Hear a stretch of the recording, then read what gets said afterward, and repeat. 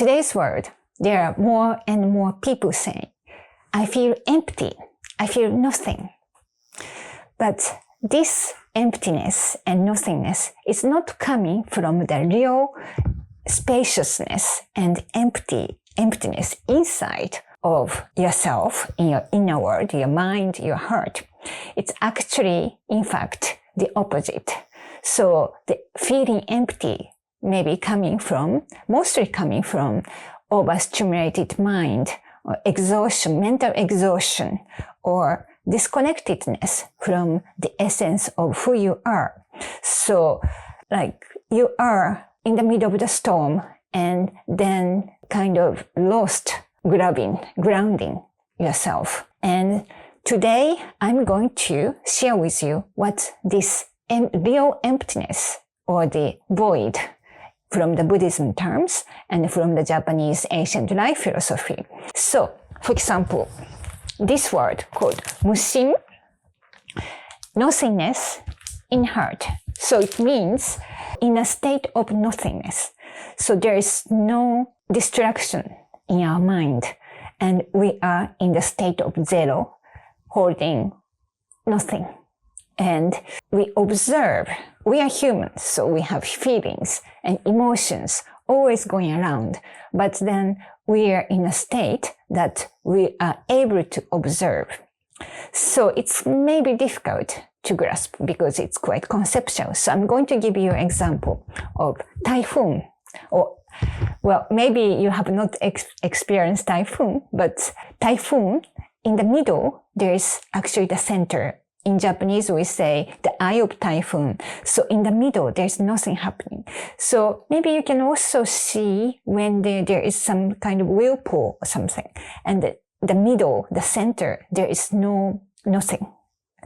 It's like the air holding. So like when we are in the middle of typhoon and the eye of typhoon in the center, so everything around is going around with a full force and one direction like this. But in the center, there's nothing. It's a calm stillness. So the void, or this feeling of ku, and in a state of mushin, in a state of nothingness, it means we are in this center of typhoon. Everything going around, many things going around. But then in this state of ku, or the emptiness or void, we are able to access our innate intuitions and inspirations, and we can receive the message. So, and we can actually connect to more divine source. So what does it mean? So, for example, when we are in this state of void, in a state of zero, and things are going around, all the emotions, for example, fear, sadness, also can be happiness as well, like joy, everything going around us. But then, for example, if we can observe what's going on, we can stay in the middle, and every day we come across with the sad feeling of the fear. But then if we go against it, if we actually don't stay in this center, and for example, if we ignore the fear and the sadness, and then if we try to go to the other direction of happiness, we ignore our feeling, then we fall into this whirlpool, and then we lose our center, and we get lost in this world emotionally. So that's what's happening. So it is, of course, not easy to be in that kind of state, but we can also practice. And this is how we observe what's going on, and we actually try to bring some time for ourselves to feel what's really going on. For example, I also practice this, especially in my creative process. So first example I want to share is that, I think if you're a creator, you feel, I need very quiet space. Maybe I have to go on a retreat somewhere. I do yoga, meditation, and create my art or I write. So you might go somewhere, which is also okay. However, I was actually, so of course, like somewhere in the middle of nature, in the woods or by the beach. And then if you can have really isolated place to create, that's great. But your mind is always with you. And I was in a situation that in the middle of New York, in Manhattan, just beside Times Square, where I have exhibition, but also I was able to use the space, office space, to create art, or I had to create art there. And I was given 1 week. And as you know, like in New York, there are so many noise, even in the inside of the office space in Midtown. I hear silence and many people comes in. And of course, it was wonderful energy. And then I loved being there and surrounded by wonderful people. So I had small space to create for 1 week. And then I realized, well, actually, I started making my artwork from the scratch. In the middle of lots of noise and in the many people, I was surrounded by many people, but I was able to focus really like sharply. And I was able to create like 10 hours every day. And I created like, I was able to access to this divine empty space mentally, even in the middle of Manhattan. And I actually realized, okay, we can create this state when we are ready. What I did was I let go all the mind chat. So expectations, validations, approvals. And then I just focused on every moment and to let all the energy and inspiration come to my body and did. So then that was also for me, it was proof that when our mind is ready, we can create this type of environment from ourselves, from inner self, from our inner world. So then we can create our environment. So this is the state of nothingness. And for 1 year, I'm still in for 1 year, I devoted myself to complete my book, first writing and then getting published. It takes time. So during this, I spent a lot of time myself. And I also went through all my emotions through my writing as well. And sometimes it was difficult. And also during my process of writing, all the inner voice comes from my last, probably maybe my previous habitual thinking probably. And for example, about approval and about validations and all lots of things popped up. Then I really had to go through, to create this space of let go of these words or even the chats. Even not only myself, people start asking me. So I really had to let go of all these chat which could initiate my inner chat. So of course I talked with people and I also, I wasn't isolating myself, but when I was alone and I also disciplined myself to be in this state of void nothingness and to be the essence in the state of zero. So no good or no bad.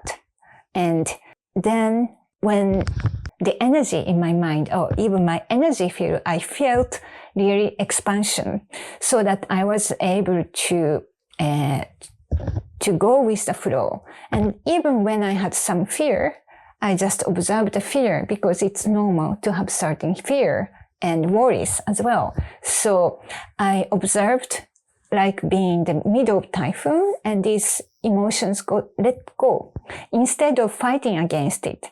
So then, of course, to sit with some sadness or the fear, it is not comfortable, but it will go away. And so instead of pushing these feelings away, I actually sat with them and they let go. They kind of dissolved. So if you are feeling empty, what you could do is as follows. Probably you are caught up with some inner chat, or maybe from the words that you hear from others. And you are not in the center of typhoon, the eye of typhoon, but like you are actually caught up in this the spinning of energy and emotions. What you can do is to bring yourself in the center of yourself. So probably too much inner chat, and that's bringing more and more emotions and feeling. So it is important to observe your feelings. If you have fear or sadness, just write down what they are and observe instead of trying to feel immediately happy. And observe these feelings, and then it is normal to have these feelings and emotion.